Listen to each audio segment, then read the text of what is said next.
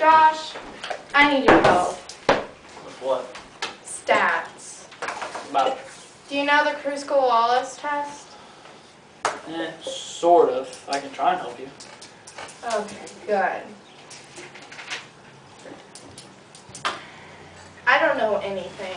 All I know is the HO is no difference, and the HA is difference. So HO is there's no difference, and the HA is there is a difference. That's all the time, right? Yeah. Okay. What problem are you looking at right here? Which problem? This one, sample one right here? Yeah. Okay.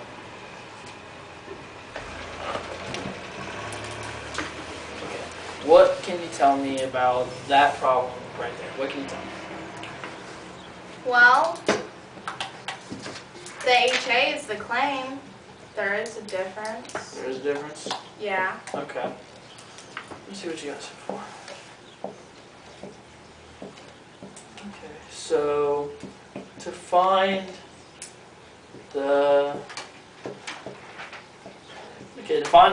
the degrees of freedom, how do you do that? Don't you take how many samples they are and subtract by 1? Okay, so the formula is k minus 1.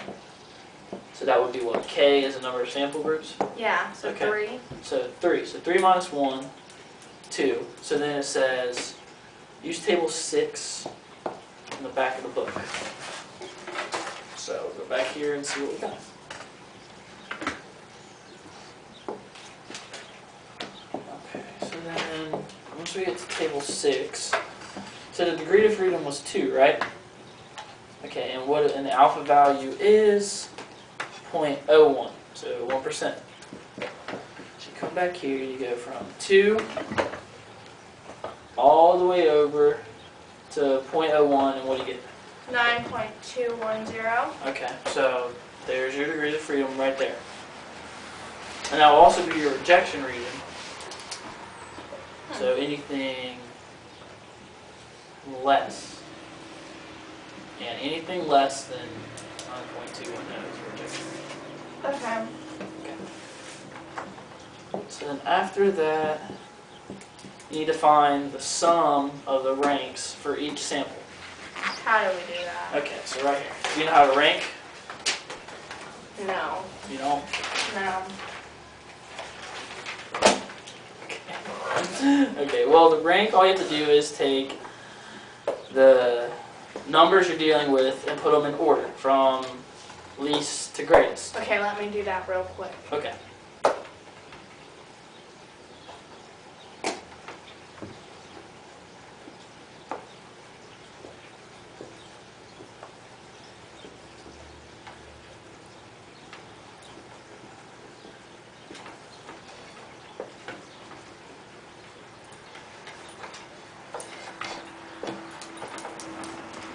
Does that look right?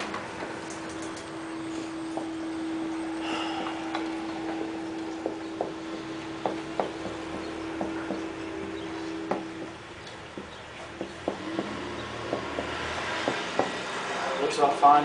Okay. Do you know how to rank? You know how to put them in order? So. No. Okay, well, ranking is you just, the least number would get 1, 2, second 2, and so forth, up until your last number. But what happens if I have the same number? Okay, so like right here when you have this 2 of the same number, what you do is you split them in half.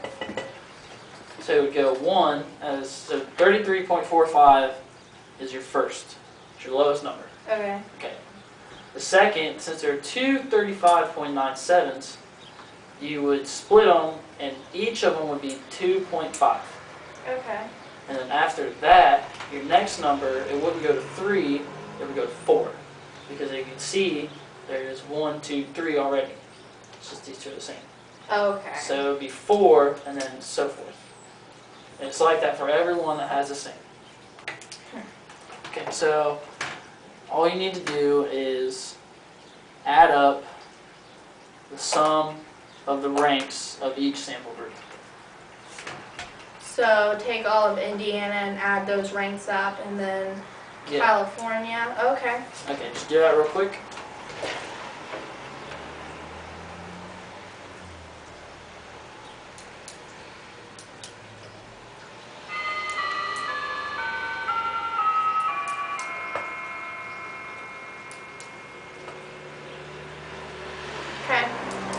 Okay, so row 1 would be your R1. So right now, R1 equals the sum of what you got. 160.5. Okay, so then row 2 would be the sum, and row 3 equals your sum. Okay. Okay, now for the formula, which the formula is right here, H equals, go back actually. Formula is H equals 12 divided by N times N plus 1 in parentheses times row 1 squared divided by N1 plus row 2 squared divided by N2 plus etc. However many rows you got, just keep going until the end. Okay. Then parenthesis minus 3 in parentheses N plus 1. Okay, and that is your formula. What does N equal? N is the number of samples in each row. Oh, okay. So N1, since row 1, there's 10. So N1 would equal 10. Oh. And N2 would equal 9. And N3 would equal 10. Okay. And now N, just regular N, is total of those 3 rows. So 29. Yeah, so N would be 29. Okay. Now, as it says in the formula, just go from N times N plus 1, so what would that be? What would that get you? What, N plus 1? No, what would, right here, 12 divided by N times N plus 1. Well, 30 times 29. Okay, so write that down. Just write down H equals 12 over 29, parentheses, 30. Okay. Okay, now write another parenthesis. Okay, now what was row 1 equal? 160.5. Okay, so right now 160.5 squared over 10. And that would be the first part. And then plus row 2 squared, 63.5. okay, over 9. And then plus your third row, so 211 squared over 10. Alright, now finish off the parenthesis. Now minus 3, parenthesis N plus 1. So, yeah, so 30. Alright. So then, that's the formula for test statistic. And that'll get you to, Let me figure this out real quick.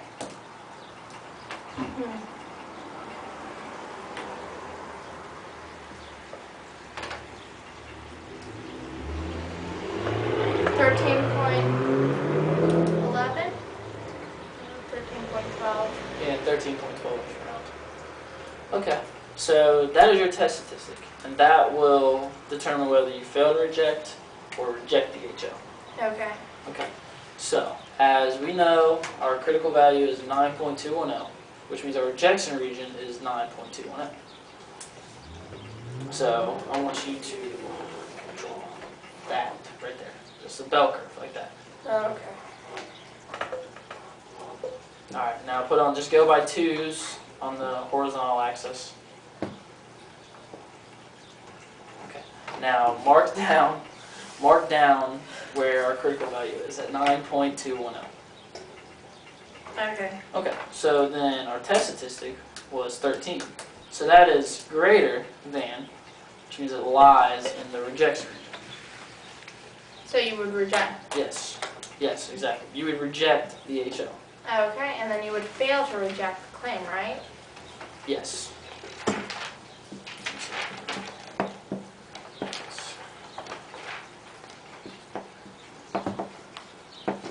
Yes, you would fail to reject the claim. So then, next, what does it say? You have to interpret the decision in the context of the original claim. What does that mean? It's pretty much restating the claim, except you have to state what your alpha was. Oh. So you would say like, what, at a 1% level of significance, you can conclude that there is a difference in hourly pay rates in California, Indiana, and Maryland.